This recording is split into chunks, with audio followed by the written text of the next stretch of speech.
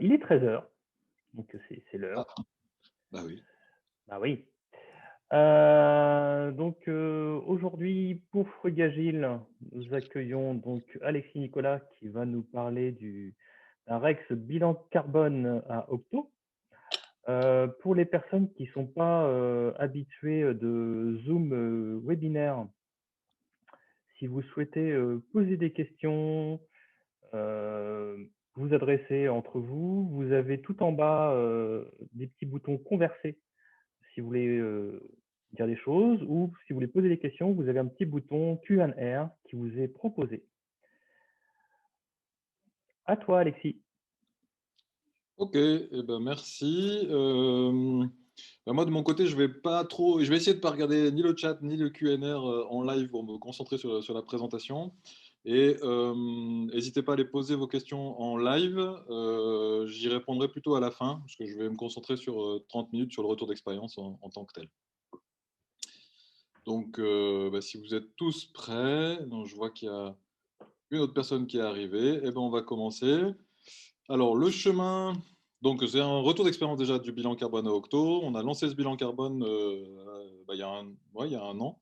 On a lancé l'aventure il y a un an. On a eu les résultats en juin, juillet l'année dernière. Et puis depuis, on s'est pris des baffes. On a fait les ascenseurs, les montagnes russes, les je sais pas quoi, tous les trucs qui secouent.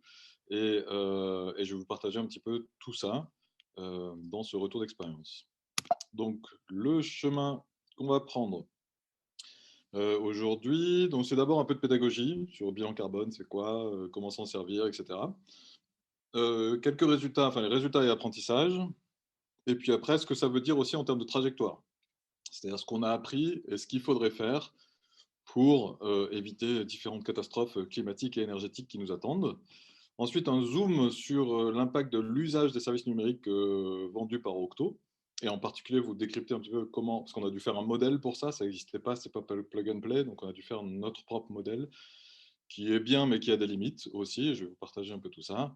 Et ensuite, vous dire bah, qu'est-ce qu'on en fait de l'intérieur à Octo maintenant qu'on a fait tout ça. Donc, on embarque un peu de pédagogie. Alors, un peu de pédagogie. D'abord, en premier lieu, le bilan carbone, c'est quoi? Le bilan carbone, en fait, c'est une simple comptabilité. Alors, j'ai mis simple en italique parce que, bon, c'est pas forcément si simple que ça tout le temps, mais en gros, on fait de la comptabilité, c'est-à-dire qu'on fait des additions et des multiplications, voilà. Sauf qu'on ne les fait pas en euros, mais on les fait en CO2 équivalent, ou plus précisément en kilos ou en tonnes de CO2 équivalent. Donc, CO2 équivalent, c'est en fait les gaz à effet de serre. Donc, dans les gaz à effet de serre, pour ceux qui connaissent un petit peu, on a pris le CO2 parce que c'est le prépondérant, le gaz à effet de serre prépondérant, mais il n'est pas le seul. Donc, il y a aussi le protoxyde d'azote et d'autres trucs. Et c'est pour ça qu'à chaque fois que vous voyez CO2 équivalent, c'est CO2 plus tous les autres qui lui ressemblent et qu'on appelle communément les gaz à effet de serre. Et en gros, il faut retenir, c'est assez facile, que bah, tout flux physique, toute transformation physique nécessite de l'énergie et donc émet des gaz à effet de serre, quel que soit le type d'activité, que vous soyez un ménage, une entreprise, un État, peu importe. Toute activité, tout flux physique émet des gaz à effet de serre. Là, vous avez par exemple un exemple, c'est mon bilan carbone, donc un ménage ou individuel, en 2015 et en 2020. J'ai mis deux dates parce que je trouve qu'un bon usage du bilan carbone, c'est de privilégier les ordres de grandeur et les tendances et non pas la précision et l'exhaustivité. Alors, la question après, c'est ouais, où commencer, où s'arrêter. Et ça, c'est un truc que j'aimerais que vous reteniez. Bilan carbone, quand on dit mon bilan carbone, c'est mon truc, c'est blablabla, ou mes émissions, c'est, tant qu'on n'a pas dit qu'est-ce qu'on a inclus dans notre bilan carbone, on n'a rien dit en fait. Parce que c'est la question essentielle. La question essentielle, c'est où on commence et où on s'arrête. Faire cette comptabilité carbone. Qu'est-ce qu'on n'inclut pas là-dedans. À Octo, on a décidé d'être le plus ambitieux possible. Et en même temps, on a dû faire des renoncements, faire des choix, et on n'a pas inclus certains trucs. Je vais vous expliquer quoi. La méthodologie bilan carbone, elle est normée. Elle est gérée en France par l'association bilan carbone et c'est sous mandat de l'ADEME, qui est l'association pour le développement, je sais plus quoi, mais l'ADEME. Il y a 3 scopes dans le bilan carbone qui est normé par l'association. C'est scope 1, scope 2, scope 3. Il faut bien comprendre que c'est scope 1, scope 2 qui sont des scopes obligatoires pour toutes les entreprises de plus de 250 employés. le scope 3 n'est pas obligatoire. Qui dit pas obligatoire dit qu'il n'est pas normé. Donc en fait, quand on fait un scope 3, eh ben, on décide au début qu'est-ce qu'on met, qu'est-ce qu'on ne met pas dans ce scope 3. Donc si je dis j'ai fait le bilan carbone d'Octo, scope 1, scope 2, scope 3, j'ai rien dit, puisque je n'ai pas précisé qu'est-ce que j'avais inclus dans le scope 3. Donc à Octo, on a cherché à être le plus ambitieux possible, et je vous décris un petit peu après qu'est-ce qu'on a inclus dans ce scope 3. Mais donc, scope 1, scope 2, ce qu'il faut retenir, c'est que globalement, c'est les émissions directes et indirectes liées à tout ce qui est détenu en propre, bâtiments et voitures, comme vous voyez sur le schéma. Et scope 3, bah, c'est tout le reste. Ça va être les déplacements consultants, domicile, travail, ça va être les avions, ça va être les déchets, ça va être les achats de biens et services, ça va être les immobilisations de mètres carrés, ça va être les achats de nos joujoux numériques divers et variés, tout le reste. Et ça va être l'impact de l'usage des produits qu'on vend aussi. Donc voilà, bilan carbone, ça veut dire un périmètre. Et si on ne précise pas ce périmètre, si dans une lecture, quelqu'un ne vous précise pas le périmètre de leur bilan carbone, bah, attention, possible bullshit à l'horizon. Alors, en quoi le CO2 ou le CO2 équivalent est une bonne monnaie? Et surtout, qu'est-ce qu'elle mesure? En fait, elle mesure les déséquilibres. En fait, à l'origine, elle mesurait des équilibres, puisque le CO2 est à l'équilibre au niveau planétaire, comme vous voyez sur le petit graphe. Sauf que les activités humaines, et depuis qu'on s'est mis en tête d'utiliser le pétrole, le gaz et le charbon, eh ben, on déséquilibre les grands équilibres qui s'étaient formés, et on rebascule, on remet dans l'atmosphère du carbone qui était stocké sous terre. Et en faisant ça, on crée un surplus d'effets de serre, enfin de gaz à effet de serre dans l'atmosphère. Donc on augmente l'effet de serre. On fait du forçage radiatif, ça s'appelle en climatologie. Enfin, ça rajoute de l'énergie qui est stockée au niveau du sol, tout simplement. Et ce CO2, c'est une bonne monnaie pour mesurer ces déséquilibres, puisque c'est à la fois l'effet de serre principal, le CO2, et à la fois une mesure de la quantité d'énergie qu'on utilise ou dont on a besoin pour notre flux physique. Et peut-être un truc aussi qui est important à retenir, c'est que les effets des déséquilibres en cours ne sont pas linéaires. Alors, je ne vais pas prendre le temps de vous décrire ça, ça vient du dernier rapport du GIEC qui décrit les différentes menaces et risques en fonction de 1, 1,5 ou 2 degrés. Plus c'est violet, plus c'est la catastrophe. La zone grise, c'est là où on est déjà, à plus 1 degré. Et puis les colonnes, c'est les différentes choses impactées, la pêche, les coraux, la mangrove, etc. Mais ce qui est important de retenir, c'est qu'en fait, on a un petit biais cognitif, mais qu'on a bien vu pendant la crise du coronavirus. On a du mal avec les exponentielles dans nos petites têtes. Et souvent, on considère les choses linéaires. Et typiquement, l'augmentation de la température en elle-même est linéaire. C'est vrai. Par contre, les conséquences de cette augmentation de température, elles sont beaucoup plus désagréables. Et là, du coup, la meilleure métaphore, je l'emprunte à Jean Covici. C'est comme quand on a la fièvre. Plus 1 degré, ça va encore. Plus 2 degrés, je suis cloué au lit. Donc, c'est pas linéaire. La différence entre plus 1 plus 2, c'est pas 2 fois plus d'emmerde, c'est beaucoup plus d'emmerde à plus 2 degrés. Et plus 5 degrés, c'est encore beaucoup plus d'emmerde parce que concrètement, je suis mort. Donc, ce qu'il faut retenir de ça, c'est que ce n'est pas linéaire et du coup, que le meilleur moment pour s'y mettre sérieusement, c'est comme pour le confinement, il vaut mieux confiner très tôt et court que trop tard et trop longtemps. Et donc, pour s'y mettre le plus tôt c'est le mieux et c'est donc hier le meilleur moment pour s'y mettre sérieusement. Et donc, je vous annonce que le plus grand escape game du monde a commencé. Cet escape game, c'est le jeu de « il faut tous qu'on sorte des énergies fossiles assez vite ». À gauche, vous avez les trajectoires recommandées par le GIEC pour tenir une trajectoire à plus 1,5 degré. Vous voyez les horizons de temps, ça descend assez vite et il faudrait atteindre la neutralité en 2050 si on veut tenir les 1,5 degrés, en 2070-80 si on veut tenir les 2 degrés. Donc voilà, et c'est comme ça, c'est une bonne façon d'utiliser le bilan carbone, c'est comme ça qu'il faut l'utiliser, un grand escape game. Parce qu'à ce jeu-là, si un seul perd, tout le monde perd. Donc par exemple, le concours de celui qui a la plus petite, que j'entends souvent sur les réseaux sociaux ou que je vois souvent avec différentes entreprises qui annoncent leur neutralité carbone en 2021, d'autres qui l'annoncent ad vitam aeternam ou je ne sais pas quoi. Bref, le jeu de celui qui a la plus petite ne sert à rien, il est contre-productif. À ce jeu-là, c'est un jeu collaboratif, un grand escape game, dans lequel si un seul perd, tout le monde perd.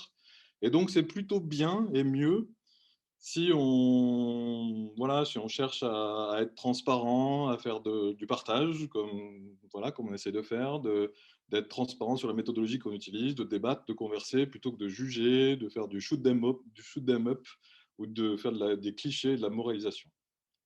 Voilà, donc ça a commencé, ce plus grand escape game, et de toute façon, si tu veux jouer, si tu veux pas jouer, c'est pareil, tout le monde joue, que tu le veuilles ou pas, on joue. Donc je disais à Octo, j'ai fini pour la partie pédagogique, mais pour Octo, pour vous montrer un peu plus qu'est-ce qu'on a fait, donc le bilan carbone, à Octo, bah, c'est pas compliqué, on a essayé de tout intégrer en fait pour Octo France, tous les flux physiques, y compris l'usage du cloud. Donc vous voyez les bâtiments, les locaux, on en a aussi à Lille, à Toulouse, à Marseille qu'on a inclus. On a inclus les trajets domicile-travail des consultants, les trajets professionnels pour aller chez le lieu du client, etc., etc. Et l'impact de l'usage des produits que Octo vend. Donc je referai un zoom tout à l'heure sur cette partie-là, puisque forcément, si Octo ne vendait pas de produits, ne ferait pas de chiffre d'affaires, ne pourrait pas payer les salaires et n'existerait pas. Donc, ce ne serait pas très sérieux de faire un bilan carbone sans inclure cette partie-là, qui est quand même vitale et nécessaire pour Octo. Voilà pour la partie pédagogie. Donc, les résultats, on a fait tout ça, on a bossé, on a fait voilà, et on a trouvé ce chiffre-là. Donc, on a pris l'année de référence, important aussi pour le bilan carbone. On parle toujours d'un scope, d'un périmètre, comme je l'ai vu tout à l'heure, et aussi d'un périmètre temporel. Donc là, celui qu'on a utilisé, c'est l'année civile 2019. Et le chiffre qu'on a trouvé au final pour tout Octo, c'est 2382 tonnes de CO2 par an, le chiffre en haut. Ce slide est assez dense, donc je le décrypte. On commence par le haut, donc 2382, qui se décompose en deux gros blocs. Le premier à gauche, 1270. Donc ça, c'est le bilan carbone que je vais appeler le fonctionnement, le fonctionnement quotidien d'Octo. Donc ça inclut les locaux, ça inclut le froid, chaleur, l'électricité, les achats de services de biens, les déplacements, etc. Ça inclut aussi l'USI. On a inclus l'USI et la DocConf là-dedans. Et à droite, donc les 1113. Les 1113, donc ça c'est la partie que l'usage, enfin l'impact ou les émissions liées à l'usage des services numériques que Octo vend à ses clients pour une année, qui se décompose comme c'est écrit en dessous. Donc on a estimé que sur l'année de 2019, on a délivré et vendu à nos clients une application mobile, 63 sites web de 10 000 utilisateurs, donc typiquement des sites web qui s'adressent à des abonnés ou à de l'interne entreprise, par exemple. Et puis on a fait 7, je crois que c'est ça, je ne le vois pas, mais 7 sites web pour 200 000 utilisateurs. Donc ça, typiquement, c'est tout ce qui est pour le public, en fait. Je ne sais pas, les France Connect ou des choses comme ça qui sont avec beaucoup d'utilisateurs derrière. Donc voilà la décomposition de tout ça. Et du coup, si on fait le ratio par tête de pipe octo, ça nous donne un 4,19 tonnes de CO2 par octo. Ce type de chiffre-là, c'est-à-dire entre 1 et 10 tonnes de CO2 par employé, c'est assez typique et caractéristique des entreprises du secteur tertiaire. Typiquement, les banques vont tourner autour de ces mêmes horizons-là. J'ai vu des chiffres publiés par Accenture UK qui tombent autour de ces horizons-là. Voilà, ça tourne quelque part là-dedans. Et quand il y a des différences, il faut se poser la question, quels étaient les périmètres et les scopes sur lesquels qu'ils ont inclus, que ces différentes entités ont inclus. Voilà. Alors, une autre façon de le représenter, c'est la droite, là, donc c'est les aires. Donc, les aires sont proportionnelles aux émissions liées aux différents postes. Et du coup, il y a 3 apprentissages immédiats qu'on peut faire à tout ça. C'est les émissions liées alors, au 34, ouais, c'est le petit nom Octo, mais c'est les bâtiments d'Octo qui sont au 34 avenue d'Opéra. Donc les émissions liées au nombre de mètres carrés qu'il y a au 34 avenue de l'Opéra, eh ben, en fait, sont largement supérieures à nos joujoux numériques. Donc, puisque Octo nous fournit des jolis jouets, en tout cas tout ce qui est iPhone, ordi, etc. Et ouais, comme je savais que ça avait un fort impact, tout ce qui était fabrication et production de ces joujoux numériques, moi je m'attendais intuitivement à ce que ce soit au moins équilibré entre les deux. Et ben en fait non, les émissions liées au 34 sont largement supérieures. De mémoire, c'est presque 10 fois supérieur. Alors pas tout à fait, ça doit être 7 fois supérieur à peu près. Deuxième apprentissage, les déplacements en avion et voiture pèsent dans le bilan. C'est pas une surprise pour le coup, mais au moins ça confirme. C'est le gros bloc du milieu, là, principalement. L'avion, pour le fonctionnement interne d'Octo, c'est 190 tonnes de CO2 à l'année. Il y en a une partie aussi pour l'USI, donc ça représente quand même facilement dans les 8% du total. Et enfin, ça c'est le plus gros apprentissage, c'est que les émissions liées à l'usage des services numériques par nos clients, ça représente le plus gros poste d'émission. 47%, c'est toute la partie droite que vous retrouvez. C'était le détail que je vous disais tout à l'heure, là, les 1113 tonnes de CO2. Donc, 3 apprentissages immédiats et puis d'autres apprentissages un peu plus détaillés. Alors, vous en verrez plus encore dans l'article qui raconte l'histoire de tout ça. Donc, vous avez là-haut, enfin, vous avez le titre là-haut dans l'article, puis je partagerai le PDF après avec tous les liens qu'il y a dedans. Donc, d'autres apprentissages, ouais, c'est que le scope 1 et scope 2, vous vous rappelez, c'était la partie obligatoire pour les entreprises de plus de 250 employés. Ben, en fait, ça représente que 3% du total pour Octo. Donc, en gros, si on avait fait que la partie réglementaire, on se serait privé de 97% d'effets de levier ou d'action ou d'influence qu'on peut avoir, nous, en tant qu'Octo, sur le monde pour réduire les émissions globales. Voilà. Donc, ce serait un petit peu comme si on jouait un escape game et on regarde que 3% de la pièce, mais on n'explore pas 97% du reste. Ce serait un peu con. Nos multiples initiatives avant qu'on fasse le bilan carbone. Donc là-dedans, qu'est-ce qu'il y avait? Il y avait supprimer les touillettes en plastique, il y avait supprimer les gobelets en carton, il y avait changer les fournisseurs de tout ce qui est imprimerie, là, passer à des imprimeurs responsables qui utilisent du papier dans des forêts durables, etc. Il y avait quoi? Il y avait une politique de changement pour réduire le taux de renouvellement ou la vitesse de renouvellement de nos joujoux numériques. Toutes ces choses-là, si je les inclus toutes, ça plafonnait à pas plus de 2% au total de réduction. Et on va le voir, c'est très largement insuffisant pour pouvoir faire ne serait-ce qu'une année de réduction nécessaire par rapport aux accords de Paris. Donc bon, c'est un vrai apprentissage. En gros, si on ne mesure pas, ce qu'on fait en général, c'est ce que j'appelle souvent l'effet touillette, quoi. Ça ne fait pas grand-chose au total. Et enfin, c'était sur les avions, ouais, j'en ai un peu parlé, mais en fait, on a fait donc à peu près 700 000 km en avion en 2019. Donc tout à l'heure, je le disais, ça représente 190 tonnes à peu près. Et ce qu'il faut retenir, c'est que sur ces 700 000 km en avion, on en a la moitié qui sont accessibles en moins de 5 heures. En gros, c'est des vols à peu près en France. Il y en a pas mal qui sont du Toulouse-Paris, principalement, puisqu'il y a des locaux à Toulouse. Et voilà, donc si on pourrait les réduire, par exemple, en interdisant de prendre l'avion pour des trajets accessibles en train, ce serait plus difficile pour nos collègues toulousains que pour nos collègues marseillais. Mais bon, des fois, il y a des choix et de renoncements à faire. Donc d'autres apprentissages. Ah ben oui, maintenant c'est la trajectoire. Donc voilà, là je vous ai montré le résultat, les premiers apprentissages, et puis après, on s'est dit, ok, ben maintenant il y a les accords de Paris, il y a des objectifs, des ambitions, il y a de la neutralité, voilà, il y a des recommandations par le GIEC, ok, et si on les applique à Octo, qu'est-ce que ça veut dire? Alors déjà, c'est quoi ces différentes recommandations? Eh ben, ça fait peut-être un peu mal à entendre, mais en ordre de grandeur, ce qu'il faut faire au niveau mondial, c'est, alors pas une Covid supplémentaire, mais c'est les effets de ce qui s'est passé en 2020, vous connaissez tous, les effets de ça, mais il faut les doubler, enfin en tout cas il faut les cumuler pardon, d'année en année. Donc en gros, c'est l'équivalent d'une Covid supplémentaire chaque année. Donc par exemple, si on prend l'hypothèse qu'on a eu 3 mois de confinement en 2020, ben, en 2021, il faudra faire 6 mois, 2022, 9 mois, 2023, 12 mois, 2024, il faudra innover parce qu'on ne pourra pas se confiner plus longtemps. Donc tout ça pour bien que vous ayez en tête l'ampleur du chemin qu'il y a à parcourir. Hein. Pas, encore une fois, ce n'est pas les touillettes, ça ne suffira pas. Les pipis dans la douche, c'est important, il faut le faire, je le fais, mais ça ne suffira pas. Zéro déchet, ça ne suffira pas, etc. etc. Donc les changements qu'il y a à mener sont énormes, d'ampleur. Donc c'est la courbe de gauche là que vous voyez. C'est une étude qui est sortie fin 2020 qui estime à peu près 6,7% l'impact de tout ce qui s'est passé en 2020 sur les émissions de CO2. Et à droite, vous retrouvez la courbe recommandée par le GIEC, qui est donc la courbe qu'on devrait suivre et qui, dans la pente 2020-2050, est à peu près du moins 5% par an. Donc voilà qu'est-ce qu'il faut faire pour réussir à atterrir dans les accords de Paris selon les recommandations du GIEC. Du coup, si on se dit qu'en première approximation, il faut que tout le monde fasse du moins 5% au maximum, tous ceux qui peuvent, voilà, on se dit, bah, ok, octo on peut, comment on fait? On applique, on fait moins 5% par an maintenant. Alors qu'est-ce que ça veut dire ça, de faire moins 5% par an à octo?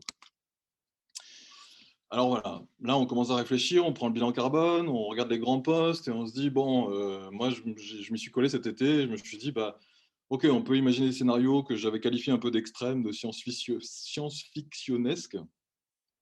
Donc par exemple, on réduit de moitié le nombre de mètres carrés par octo. Donc si on a effectif constant, ben, on supprime la moitié de la superficie, ou bien on réduit 75%, voire 100% des kilomètres en avion, ou bien on réduit les émissions liées au renouvellement de nos joujoux de 64% grâce à l'étude dont je vous ai parlé tout à l'heure, ou bien, et je ne vois pas parce que c'est caché derrière, ah oui, ou bien, parce que l'USI pèse quand même assez lourd au global, ça fait quand même 150 tonnes, je crois, ou 160 tonnes en 2019. Donc voilà, ou bien on réduit drastiquement les émissions liées à l'USI. Bon, des scénarios dans ma tête comme ça qui tournaient. Puis j'ai commencé à appliquer les moins 5% par an de 2020 à 2030. Je me suis arrêté à 2030 parce que après, je ne sais pas ce que deviendra le monde. Donc, je me suis arrêté à 2030 pour rester dans des trucs que je considérais réalistes. Et la grosse baffe que j'ai pris, c'est qu'en fait, il ne faut pas en faire un ou deux. Il ne faut pas en faire un ou deux. En fait, il faut tous les faire. Pour réussir à faire les moins 5% par an jusqu'en 2030, il faut tous les faire. Et en plus de ça, il faut que 100% des missions d'Octo soient faites en éco-conception d'ici 2030. Ça, là, vous avez le paquet cadeau pour réussir à faire moins 5% pour Octo, hein, appliqué à Octo, moins 5% par an jusqu'en 2030 et pour respecter les accords de Paris à l'échelle d'Octo. Ça a secoué, on s'est dit, ah ouais, d'accord, 100% d'émissions d'Octo en éco-conception, c'est pas nos pratiques. Aujourd'hui, c'est plutôt 0%, ou peut-être 2, 10, enfin non, 10, ça m'étonnerait, mais plutôt 2% peut-être, qui sont faites de ci, de là. Bon, waouh, ok. Et puis après, un petit peu après, donc ça je le raconte dans l'article, je l'ai remis là-haut. Et après, on m'a aussi dit, ouais, mais Octo, en fait, on prévoit d'être en croissance organique, donc on va pas être effectif constant. Ah, alors qu'est-ce que ça veut dire pour Octo de raisonner avec les émissions carbone et à effectif croissant? Alors, à effectif croissant, euh, j'en ai conclu, en tout cas d'après les petites simulations que j'ai pu faire, j'en ai conclu que c'était pas incompatible, en tout cas que la croissance organique peut même aider. Ça m'a surpris. Ça accélère en fait au début, puisque en fait, c'était pas si surprenant que ça. Mais comme la croissance organique était prévue de l'ordre de 20% par an, plus 20% par an, bah, relativement par le nombre d'employés et d'octo, forcément, ça baisse assez vite et on arrive à faire les moins 5% assez vite grâce à de la croissance organique. À condition de, donc, ok, on peut faire la croissance organique, on a tous les postes d'émission qui vont augmenter proportionnellement à la croissance organique. En tout cas, c'est comme ça que j'ai fait mon modèle et ma simulation. Sauf si on laisse tous partir en croissance, bah, ça ne marche pas. Et en fait, il faut maîtriser trois paramètres principaux qui sont le nombre de mètres carrés au 34. Donc en fait, dans les hypothèses qu'on m'a données de croissance organique, c'est-à-dire des effectifs qui font x2 d'ici 5 ans, ben en fait, il faut rester au 34, il faut rester dans les mêmes locaux et ne pas changer le nombre de mètres carrés, ne pas augmenter. Si on maîtrise ça, ça marche. En même temps, il faut aussi ne pas augmenter le nombre de kilomètres en avion. Donc, je vous avais parlé des 700 000 tout à l'heure. En fait, je crois que je prenais en hypothèse de rester à 200 tonnes de CO2 d'avion pour les 5 premières années. Donc, il faut maîtriser ce budget avion. Pardon. Et en même temps, bien sûr, il faut aussi augmenter la part des missions éco-conçues dans ce qu'on vend à nos clients. Pour arriver à 100% d'ici 2030, ça ne change pas en conclusion. Donc voilà, ça c'était une petite surprise, c'est un peu nouveau, c'est pas dans l'article justement, ça date d'il y a 1 ou 2 semaines ça. Et pour moi c'était contre-intuitif, mais voilà, la conclusion de ça, c'est que la croissance organique, donc je ne parle pas de croissance économique, je ne parle pas de croissance du PIB, je ne parle pas de croissance de consommation d'énergie, je parle de croissance organique, ça veut dire le nombre d'employés chez Octo qui augmente. Voilà. Si ça augmente ça peut fonctionner à condition de maîtriser ces trois paramètres. Après, la grande question, ça c'était un petit moment de déprime de semaine dernière pour moi, en préparant cette conférence, c'est que du coup, je me suis dit, ah ouais, mais merde, et après 2030, qu'est-ce qui se passe? Je regarde le temps. Après 2030, bah, à ce jour, en fait, nous, on n'a pas trop de réponses à Octo, et de ce que je vois autour dans le milieu des gens qui s'intéressent à la sobriété numérique, etc., ça commence à gratter et en gros, il risque d'y avoir des gros choix à faire que vous voyez représentés par ma balance ici. Peut-être qu'il va falloir choisir entre et ça reparle bien de la frugalité de la conférence, mais il va peut-être falloir choisir entre des slips connectés, des balances connectées, des baskets connectées, une application pour tout faire et n'importe quoi aussi, et tout ça en double si possible. Euh, la 5G, la 6G peut-être. Il va peut-être falloir un moment choisir entre ça et de la high-tech là où ça fait du sens, par exemple des scanners, de l'IRM. Ouais, je serais content si mon dentiste il avait encore quelques technologies un peu évoluées dans 20-30 ans. Et en fait, plus j'y réfléchis, plus je me dis qu'au-delà de 2030, il va falloir faire des vrais renoncements et il va falloir changer notre appétit à la nouveauté, aux trucs sympas, sexy et aux lumières clignotantes qui sont interconnectées.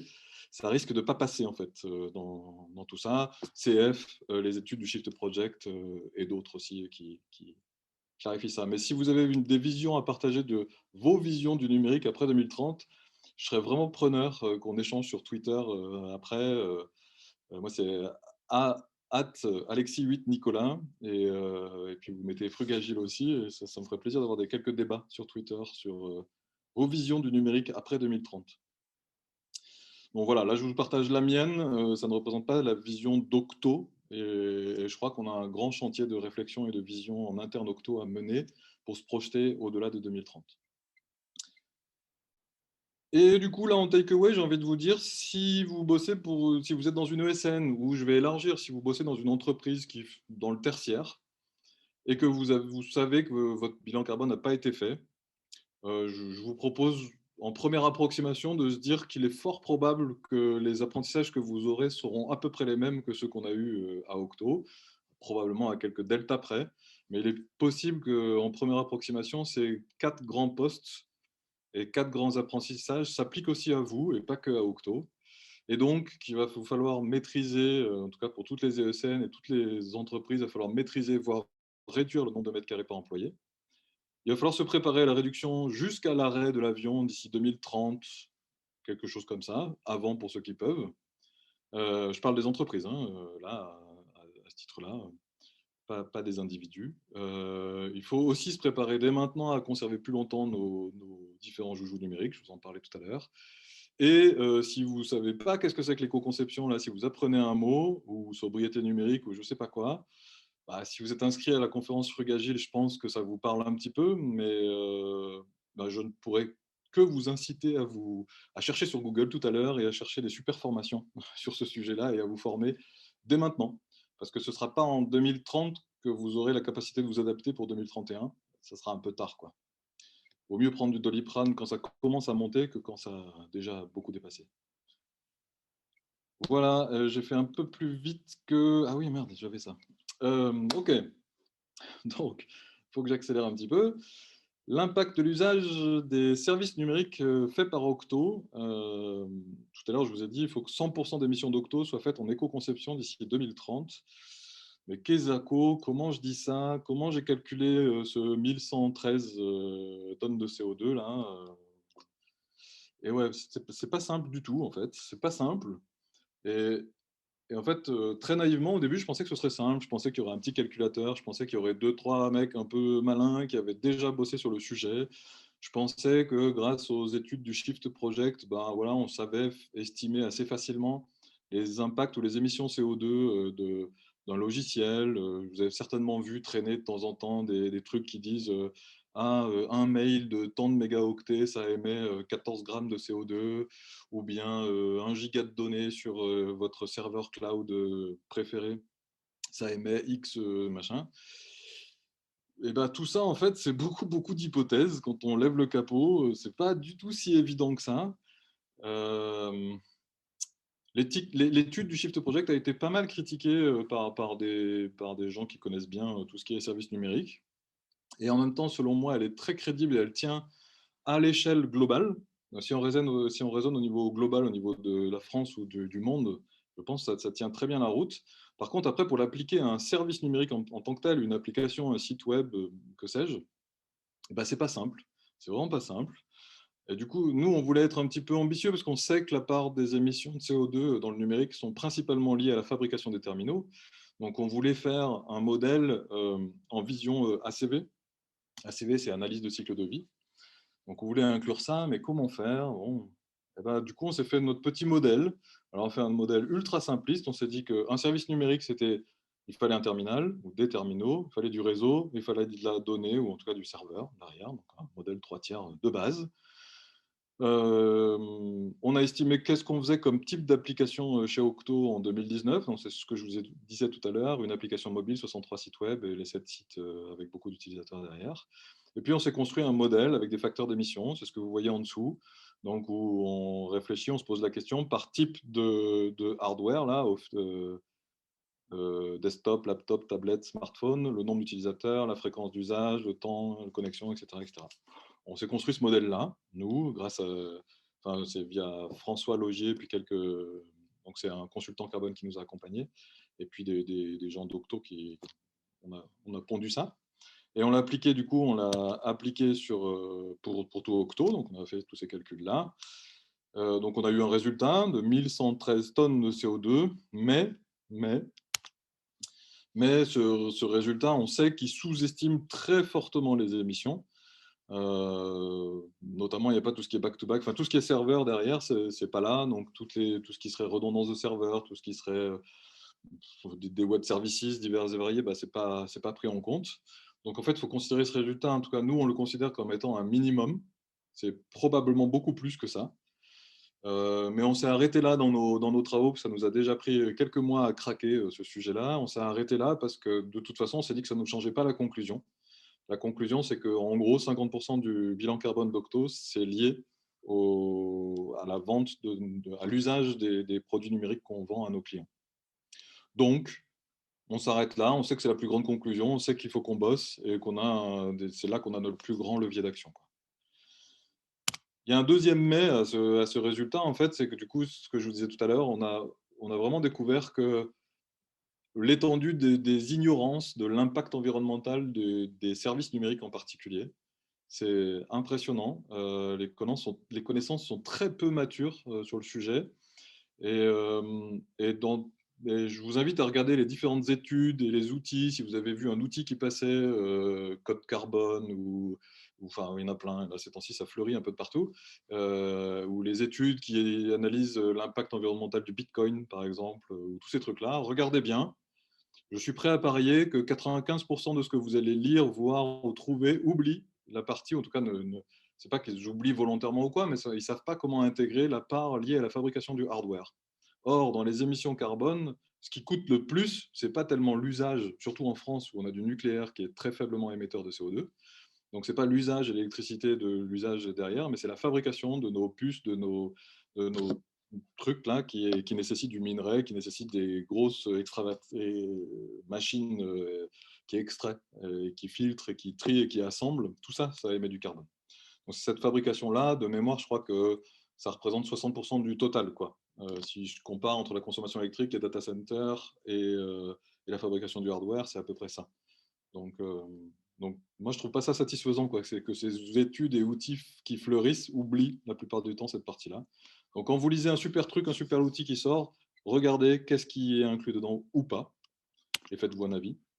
Ça, je le disais, ouais, c'est que depuis un an, ça fleurit, c'est en ébullition, il y en a de partout. Et c'est cool, parce qu'il y a beaucoup de boulot à faire, donc tant mieux.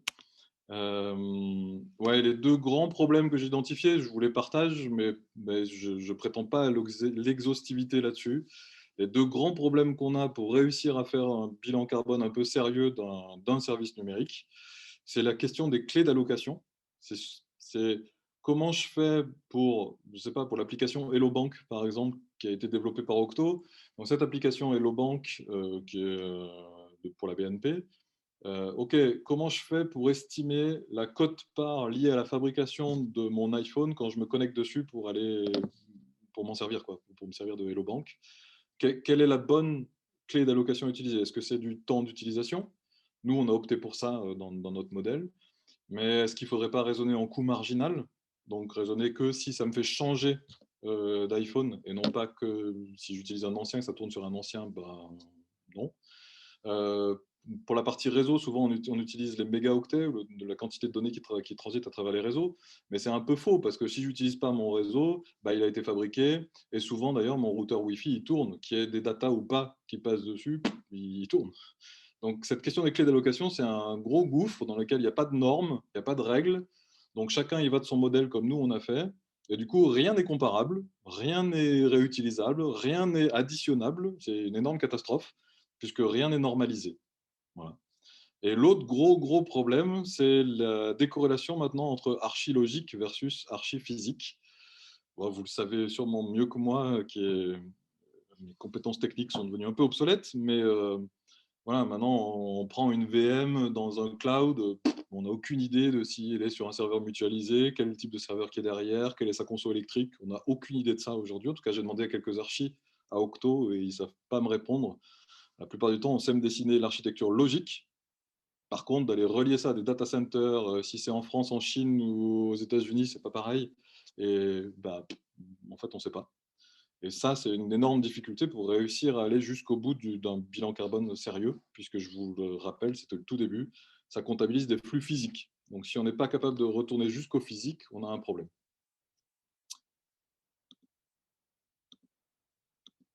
Alors, la suite. Ouais, voilà. Et donc je vous disais, ouais, c'est en ébullition, ça bouge de partout, et du coup, si c'est un sujet qui vous gratte, qui vous titille, qui vous démange, j'ai envie de vous inciter à aller contribuer. Et là, je vous ai listé des zones, des espaces, des endroits, des collectifs qui bossent sur ce sujet-là. Alors nous, à Octo, on essaye aussi, on a créé une tribu là depuis quelques mois, et on se forme, et on essaie de transmettre, et de facto, il va falloir qu'on l'applique à nous-mêmes, de toute façon. Qu'on forme des gens à l'extérieur ou pas, nous, il faut qu'on le fasse pour nous-mêmes. Donc voilà. Et sinon, il y a le collectif Negaoctet qui bosse pour proposer une méthodologie vraiment sérieuse, carrée, normée, qui serait appliquée justement à tout ce qui est VM, cloud, etc. Il y a le collectif Boavizza qui travaille en collaboration avec Negaoctet. Enfin, en tout cas, ils s'entraident et enfin, je trouve que c'est prometteur. J'ai vu leurs travaux il n'y a pas longtemps là. C'est intéressant. Il y a le collectif Green IT qui est probablement, enfin, qui est à mon avis, le plus ancien en France qui s'intéresse ce sujet assez, enfin, sérieusement. Je vous recommande aussi. Il y a l'INR, l'Institut du numérique responsable. J'ai cité Watt Impact, mais c'est juste qu'ils ont développé un petit tampon. J'ai trouvé ça intéressant. Ils ont développé un petit tampon si vous voulez éco-certifier votre site web. Vous allez voir Watt Impact et vous verrez que vous pouvez faire certifier ou pas votre site web derrière. Est-ce qu'il a été éco-conçu? Si vous avez d'autres idées de travaux, d'autres choses, je suis aussi preneur. Twitter, c'est ce que j'utilise le plus, mais ça peut être LinkedIn aussi. Je suis preneur des idées. Et ouais, et là on arrive à la fin, mais c'est que le début. C'est que le début, parce qu'aujourd'hui on entend beaucoup de mesures, des objectifs, des trucs de partout. Bon, récemment vous avez vu les États-Unis qui reviennent dans les accords de Paris, c'est cool. La Chine qui a fait des annonces assez importantes sur la neutralité carbone en 2060, le Japon qui a suivi sur 2050. Voilà, on a plein d'objectifs, on a plein d'annonces, on a plein d'accords de Paris, etc.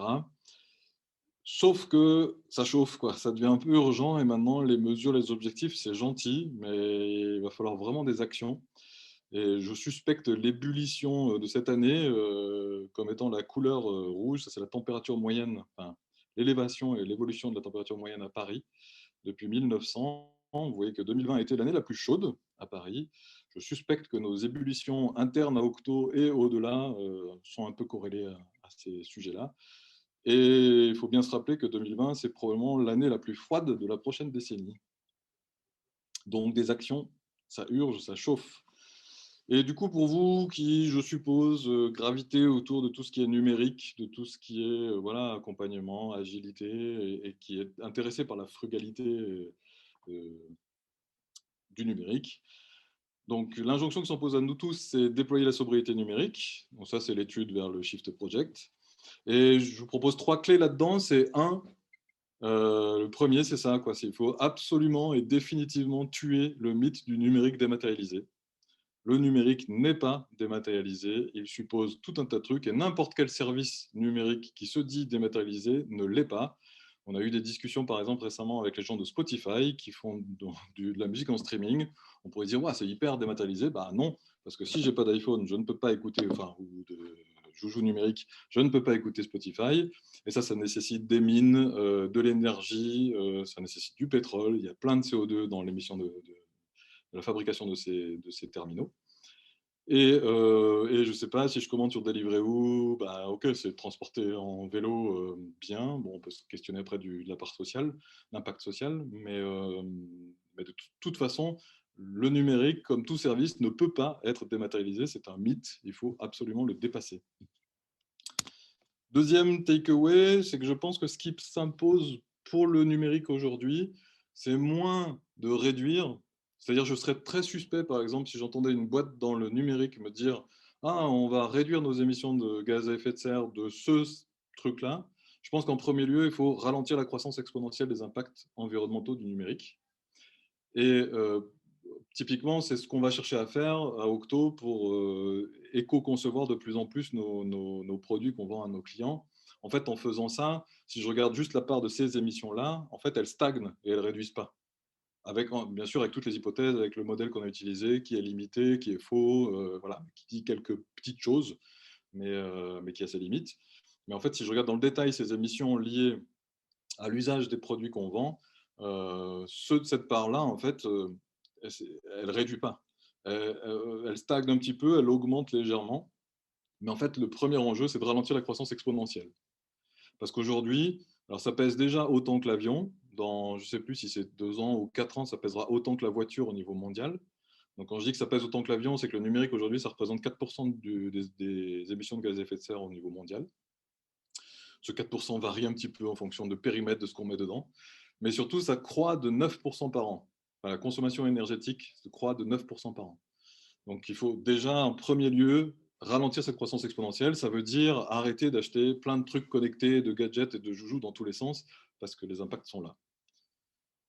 Et devenir beaucoup plus frugal dans notre usage du numérique. Et la troisième clé, bah, c'est presque une ode à tout réinventer, à tout refaire, à tout re-questionner, à tout remettre en question. Concrètement, il y a beaucoup de choses à réinventer parce que les pratiques modernes de développement sont souvent quasiment orthogonales à ce qu'il faudrait faire pour déployer une sobriété numérique. Et typiquement, il y a une vidéo que je vous incite à voir si vous ne l'avez pas vue de Gabriel Adjedj là, sur le développement mobile. Donc eux, ils n'ont pas fait les calculs, ils n'ont pas fait le bilan carbone, ils n'ont pas fait tout ça, parce que c'est souvent difficile, comme je vous l'ai expliqué avant. C'est difficile de mesurer les émissions. Mais ce n'est pas pour autant qu'on ne peut pas faire des choses, même si on ne sait pas les calculer. Et je vous invite à regarder cette vidéo très inspirante. Voilà, et Octo, donc on change de l'intérieur pour que ça se voit à l'extérieur et d'essayer de faire notre part, à la fois par des formations, donc on s'applique à nous-mêmes et qu'on propose aussi à nos clients. On fait beaucoup de R&D, donc on a créé une tribu CID, je vous en parlais, la tribu CID qui est dédiée à ces enjeux de Green IT, d'éco-conception. Et on organise beaucoup de brainstorming et de clash en interne Octo avec d'autres tribus. Je ne sais pas, par exemple, la blockchain peut-elle être green, ou l'intelligence artificielle, est-ce que c'est green, ou big data, enfin, vous voyez l'idée. Et on fait des clashs, on prépare nos arguments et on essaye de muscler le discours, on essaye de trouver des convictions aux interstices de toutes ces injonctions un peu, enfin, parfois paradoxales.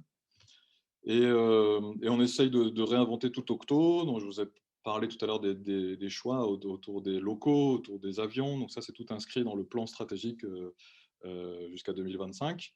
Donc Octo a validé là, récemment, il y a 2 semaines, a validé se donner pour objectif de faire moins 5% par an d'émissions de CO2 sur le bilan carbone que je vous ai présenté là. On va checker ça, je pense, tous les 2-3 ans, vérifier où est-ce qu'on en est et prendre des actions au fur et à mesure. Et surtout, on essaye de réinventer le modèle d'Octo avec les Octo, avec des ateliers qu'on a appelés Décarbocto, des ateliers un peu basés sur du design fiction, où on essaye de se projeter, voir qu'est-ce que ça veut dire, qu'est-ce que ça pourrait vouloir dire et comment on pourrait adapter le modèle.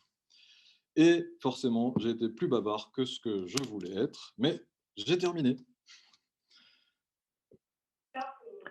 Alors, effectivement, tu as presque terminé parce que nous avons quelques questions-réponses qui sont Yes, présentes que tu peux regarder par alors le j'arrive Q&A. pas à les ouvrir. Alors, je vais arrêter mon partage, peut-être, ça va me permettre d'ouvrir là. Ah, voilà. Ok, Elles sont tout en bas. Si tu ne les vois pas, je te les c'est dis. bon, je les ai. Ouais. Il y en a 3, 2 de Benoît et une de Maë. Alors, la première, est-ce que vous êtes basé sur le modèle One Byte exact? Ouais. On est parti du modèle OneByte pour développer notre propre modèle, là, dans ce que je vous ai présenté, le fichier Excel barbare, là. Mais on l'a un peu complété et adapté parce qu'il nous manquait justement dans le modèle OneByte, il manquait des facteurs d'émission liés au réseau. Je dis ça de mémoire, mais c'est François qui a la meilleure expertise que moi sur le sujet. Voilà. Mais donc on est bien parti du modèle OneByte, on n'a pas tout réinventé sur ça. Si oui, est-ce que vous avez pris en compte la révision de ce modèle qui a eu lieu? Je fais confiance à François, je ne sais pas répondre à cette question. Je pense que oui, parce qu'il est très connecté avec ses collègues et concurrents de Carbone 4, de Shift et d'ailleurs. J'imagine que oui, mais je ne sais pas dire précisément. Est-ce que vous connaissez le groupe Boavizza? Bah ouais, j'en ai parlé. Enfin, en tout cas, j'en ai parlé sur les travaux qui me semblent intéressants et importants à suivre et qui, voilà, si vous avez envie d'y bosser, je vous recommande d'aller voir de ce côté-là et voir si ça vous parle. Bonjour, avez-vous ou allez-vous vous faire labelliser? Qu'est-ce qu'il y a? Alors, on a en cours un chantier Bicorp, donc qui est plus large que juste le numérique responsable. On a un chantier Bicorp en cours. Je crois qu'on est proche de demander, on a fini l'auto-assessment, on a réussi à passer les grilles de l'auto-assessment et voilà, on est en chemin sur ça. Je crois qu'on a signé une charte qui doit s'appeler Tech Care. Je ne suis pas très très bon en charte et en label et tout ça, c'est pas ma passion. Mais voilà, Bicorp, Tech Care. Je crois que numérique responsable, il y a Accenture qui est labellisé ou qui est en train, je ne maîtrise pas, mais voilà ce que je sais. Benoît, pas une question, mais juste, merci. Donc au plaisir de discuter, bah ouais, j'aimerais bien venir chez Boavizza. Est-ce que vous avez travaillé sur l'obsolescence programmée, hardware et software? Donc on se l'est un peu appliqué nous-mêmes, tous les matériels que Octo fournit à ses consultants, donc que ce soit les Mac, les ordi, les trucs qu'on fournit. Alors on n'a pas travaillé sur l'obsolescence programmée en tant que telle, mais on travaille, on se partage des tips pour faire durer plus notre batterie de notre ordi, pour renouveler moins souvent nos appareils en interne. Et notre politique de renouvellement, on l'a adaptée et changée. Après, on n'a pas travaillé sur l'obsolescence programmée de fabricants ou de quoi que ce soit, parce qu'on n'a pas eu de mission, on n'est pas en contact avec des fabricants, puisqu'on fait plutôt du soft que du hard. Par contre, sur le software, c'est aussi une bonne question, parce que typiquement, la vidéo de Gabriel, je vous invite à la regarder, parce qu'il part d'un cas de développement. Alors, je suis nul en développement, mais il parle d'un kit de développement sur Android, là, je ne me rappelle plus les noms de ces trucs, mais il dit que, en gros, un développeur mobile web, il kiffe bien les nouveaux trucs et il a tendance à vouloir aller sur ces nouveaux frameworks, sauf que derrière, c'est le dernier framework, là, il ne tourne pas sur les anciens téléphones. Donc, quand un développeur fait le choix de prendre le dernier framework, concrètement, il exclut des potentiels utilisateurs qui auraient des anciens joujoux comme ça. Et en faisant ce choix-là, il a un impact écologique assez monstrueux, puisque c'est la fabrication des terminaux qui a le plus gros impact. Donc, voilà, je répondrai, on n'a pas travaillé sur l'obsolescence programmée du hardware en tant que tel. Sur le software, il y a beaucoup de questions à se poser. Et la question principale, je pense, pour un développeur de 2020 à 2021, c'est est-ce que ce que je suis en train de développer tourne sur, je ne sais pas, qu'est-ce qu'il y avait, mon Atari, non, mon Nokia X2 qui est dans Matrix ou un truc comme ça, quoi. Enfin, voilà, de se poser la question de la rétrocompatibilité et de faire des trucs le plus rétrocompatibles possible. Sinon, on exclut et du coup, quelque part, on force au renouvellement. Voilà. J'espère que ça a répondu, Alexandre. Je ne suis pas sûr complètement, mais voilà. Cyril, merci à toi. Quel est le meilleur bilan carbone entre le télétravail et le travail dans les locaux d'Octo? Alors, c'est une bonne question. Il y a une étude de l'ADEME qui est sortie l'année dernière sur le sujet impact du télétravail. Elle est hyper dure à lire. Enfin, en tout cas, si certains d'entre vous l'ont lu, c'est un titre en plus hyper bizarre. Les effets rebonds, blablabla, télétravail. Enfin, bon, j'ai essayé de la lire. Je crois que j'ai compris, mais peut-être que je me plante parce qu'elle est vraiment très bizarre. J'ai compris que si une entreprise faisait du télétravail pour réduire les émissions de CO2, c'est un peu vrai, mais c'est globalement neutre. La raison principale à ça, c'est que quand je vais au travail, en fait, en gros, là où je gagne entre télétravail et si je vais au boulot, c'est que je fais moins de déplacements, en particulier en voiture ou en bus ou en scooter, donc tout ce qui consomme du pétrole. Je fais moins de déplacements de ce type-là. C'est là où je gagne le plus, parce que l'électricité, ça va être à la marge. Après, il y a la question du chauffage, comment je chauffe chez moi, comment c'est chauffé dans les locaux pro, donc ça joue beaucoup dans la balance. Mais en gros, si je fais juste, j'ai mes locaux, je passe en télétravail, se dire est-ce que ça économise et est-ce que ça va sauver la planète? La réponse est non. Et principalement parce que quand on va bosser, enfin, c'est ce que j'ai compris dans l'étude, quand on va bosser, on en profite pour au retour acheter, enfin, le matin déposer les gamins à l'école et au retour acheter la baguette de pain. Sauf que si je suis en télétravail, il faut toujours aller déposer les gamins à l'école et acheter la baguette. Et du coup, je fais quand même des déplacements. Et en fait, de mémoire, en gros, on gagne, mais à peine un quart des émissions entre le moment où on reste dans son bâtiment de travail et le moment où on télétravaille. Là où il y a un vrai gain possible, et c'est pour ça on va vers ça pour Octo, c'est qu'il faut combiner télétravail et réduction du nombre de mètres carrés par employé. Parce que le vrai gain, c'est quand on a des tailles de bureaux plus petites, puisque juste le fait de construire des mètres carrés supplémentaires, bah, ça consomme du béton, voilà, ça émet du CO2, etc. Donc en fait, le vrai gain, et là on est dans un facteur plutôt divisé par 4, quoi, les émissions, mais il faut absolument combiner télétravail plus réduction du nombre de mètres carrés détenus en propre par l'entreprise. Si on ne combine pas les deux, en gros, une entreprise qui communiquerait sur la réduction de son bilan carbone juste en faisant du télétravail, dans ma tête, ça passe pas le critère bullshit et boum, ça va bullshit greenwashing. Voilà, point barre. Je suis un peu cash et radical, mais c'est... Voilà, je crois que j'ai répondu à toutes les questions. J'ai pas regardé le chat par contre, donc je vais l'ouvrir en parallèle. Qu'est-ce que je fais quand j'ai répondu? Je clique répondre en direct, c'est ça? Je sais pas comment. Oui, tout à fait. Ah bah oui, ça marche. Ok, nickel. Yes, it works. Boum. Et sur le chat, je ne sais pas s'il y avait des questions ou si vous en avez des nouvelles là maintenant. Est-ce que vous êtes basé sur modèle? Ah bah oui, ça a été posé dans la question-réponse. Ok. Bon, bah merci à tous alors. Merci à tous. Si j'ai été exhaustif et qu'il n'y a plus de questions, vous me surprenez, mais bon. Bah, laisse-leur 2 secondes peut-être de réflexion, le Ah, temps c'est qu'ils ça, j'ai été réfléchissent à très des très très nouvelles dense. questions. Voilà, c'est. Et puis effectivement, en attendant que les questions arrivent, effectivement, vous pouvez poursuivre la conversation avec Alexis Nicolas, bah, là où il a envie de discuter, sur son Twitter, sur son LinkedIn ou sur notre Discord de Frugagile, au choix. Voilà, selon ce qui est plus pratique pour vous.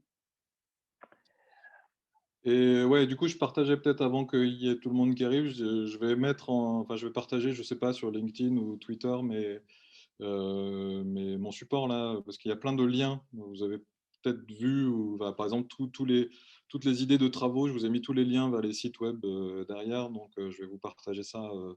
J'essaye de faire ça dans l'après-midi, quoi, de partager ça sur Twitter ou LinkedIn. Et nous, on remettra sur le Discord en plus. Ouais, cool. Voilà, pour diffuser encore plus ce que tu nous as présenté, qui était super. Eh ben merci à tous. Moi, je veux bien rester connecté si jamais il y a des questions qui émergent, parce que j'ai été peut-être un débit très, je sais pas, peut-être dense. Bah, du coup, en attendant, tu me laisses le temps du coup de dire juste qu'effectivement, bah, Frugagile, ça continue jusqu'à la fin de la semaine et que on l'a pas encore mis sur le programme, mais ça va venir très bientôt. En attendant, on va le dire sur nos réseaux sociaux habituels. On va faire une petite séance de fin de conférence vendredi soir, voilà, qui va s'appeler simplement Salut et merci pour le poisson, pour ceux qui connaissent la référence. Et puis ceux qui ne connaissent pas, ben, ils viendront découvrir sur place avec nous. Good. Bah, en tout cas, en fait, peut-être parce que je vois des commentaires et je vois que Alexandre découvre l'ampleur de ce qui nous attend pour les années à venir. Euh, et c'est vrai que c'est délicat parce que moi, je suis sur une ligne difficile entre collapsologie et espoir et engagement et tout ce qu'on a fait à Octo, c'est pour essayer de faire quelque chose dans tout ce qui se passe. Mais c'est vrai que ça fait des hauts et des bas, quoi, des moments comme je partageais pour 2030. Après 2030, je me suis dit merde, j'ai toujours pas la réponse sur cette question-là. Et c'est difficile, je trouve, de trouver le bon équilibre entre ne pas se mentir et dire bah ouais, ouais, ce qui se passe est grave, ce qu'il y a à faire est gigantesque et ça dépasse très largement nos capacités individuelles. Et c'est pour ça aussi que j'ai plaisir à partager ça au-delà d'Octo, parce que de toute façon, c'est ce que je disais, c'est un escape game mondial dans lequel on joue tous et on est tous en collaboration. Donc on est en plein dans le cœur de tout ce qui fait l'open source, la collaboration qui est chère à l'agilité, tout ça, et on s'en sortira pas autrement, quoi. Enfin, là, il y a besoin de tous les cerveaux, de tous les regards, de toutes les actions à tous les niveaux, avec toutes les sensibilités. Bah voilà, maintenant il y a du boulot, quoi. C'est ce que je peux trouver réjouissant, même si parfois ça fait flipper, mais bon, faut y aller, quoi. Ah ouais, effectivement, il faut y aller. Mais c'est cool que vous ayez nommé ça frug. Moi j'aime bien frugalité ou sobriété. Je sais plus, j'avais lu un article aussi à un endroit qui débunkait les différentes annonces de, bah, je sais pas, par exemple, il y a Google qui a annoncé sa neutralité carbone et même qui compte effacer toute son activité, certainement en replantant plein d'arbres de partout, qui potentiellement vont cramer à cause du réchauffement climatique, mais ça, bon, voilà, ça c'est le côté bullshit. Euh, et ouais, donc il y a des gens un peu qui débunkent les annonces faites par les gros et les géants du web. Et c'est vrai que euh, moi, j'ai un truc là-dessus. Je fais un contrôle F dans la publication, dans l'article. Je fais un contrôle F, sobriété. S'il n'y a pas écrit sobriété quelque part dans l'article, dans l'annonce, dans l'étude, ou frugalité, je pense que ça marcherait aussi. Mais frugalité, sobriété, si on ne trouve pas ce mot-là, bon, le curseur de bullshit augmente très fortement, Bon, greenwashing aussi, et next aussi. un bon détecteur, ouais. Exactement. Il y a une petite question qui est arrivée entre-temps, tu vois. Ah, j'ai pas vu. Ouais. Ah, est-ce que vous comptez embarquer d'autres entreprises avec nos initiatives? Eh ben, c'est tout. En fait, c'est. Alors, ouais, c'est vrai que j'ai pas parlé. On a une initiative sur la charte, comment ça s'appelle? Une charte fournisseur. Donc, on est en train de réfléchir et je trouve qu'il y a eu un beau boulot de fait. Mais je peux pas vous le décrire parce que j'ai pas bossé dessus. Je l'ai vu de trop loin, mais j'en garde un bon souvenir. C'est une charte donc fournisseur où on demande aux fournisseurs d'Octo de s'engager à. On va le faire nous-mêmes, on va se l'appliquer à nous-mêmes parce qu'on va pas que demander à nos fournisseurs d'être capables de le faire, mais voir si on passe notre propre test déjà. Donc oui, on cherche à embarquer nos fournisseurs. Nos clients, bah, de facto, alors déjà, avec la tribu CID qu'on a montée, bah, pour l'instant, on fait beaucoup de formations. Voilà, on a fait le bilan carbone, on monte des formations, on les construit, on va les vendre, mais on va aussi faire de l'accompagnement auprès de nos clients. Mais pour l'instant, il n'y a pas encore beaucoup de gens qui sont prêts à payer pour l'instant, c'est comme le gâteau au chocolat, quoi. Tout le monde en veut, mais personne ne sait vraiment payer ou pas. Mais quoi qu'il en soit, en fait, Octo, dans nos missions, qu'elles soient green, qu'elles soient pas green, en fait, au final, on sait que d'ici 2030, il faut que toutes nos missions soient green. Donc, de toute façon, en gros, Octo est quelque part maintenant engagé à ce que nos produits, d'ici 2030, soient à 100% éco-responsables, enfin éco-conçus, pardon, pour tout ce qui est numérique. Donc, de facto, on va embarquer nos clients, soit parce qu'on leur livre des produits qui sont déjà, qui seront déjà à la hauteur, soit parce qu'on va les former, sensibiliser, accompagner pour qu'eux-mêmes fassent des produits. Voilà. Partenaires, en fait, on cherche beaucoup à monter voilà, bah, se tisser avec le réseau que vous avez vu. NegaOctet, par exemple, on est formé sur tout ce qui est analyse de cycle de vie des services et produits numériques par des gens qui sont dans le consortium NegaOctet. Bien sûr, on est aussi en lien avec Green IT. Là, on déroule la formation éco-conception d'ailleurs de Green IT. Zenica aussi font ça. Donc, on a aussi, c'est la question concurrent. De toute façon, dans ce bateau-là, on est tous dans le même. Donc, je crois que concurrent, bien sûr, voilà, il faudra tous payer notre salaire à la fin et manger à la fin. Donc, oui, il y a une partie concurrence sur ça.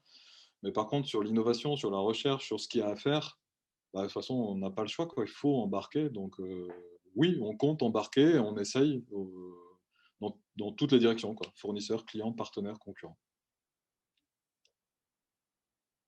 À Très la bien. mesure de notre temps, de notre dispo, de la possibilité de tout ça, bien sûr. Voilà, Alexandre. Eh ben ouais, on arrive à la fin déjà. Ça passait vite avec vous, on était bien. Raison de plus pour poursuivre la conversation avec ceux qui en ont envie. Ben ouais, avec plaisir.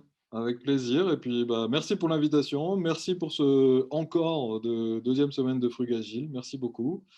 Merci à tous d'être venus. Et puis, au plaisir sur les réseaux, ici ou ailleurs. Les bonnes idées n'ont pas de frontières. Merci à toi, Alexis. Et puis, effectivement, la suite de Frugagile demain. Même Merci à heure, même tous. endroit. Salut! Salut.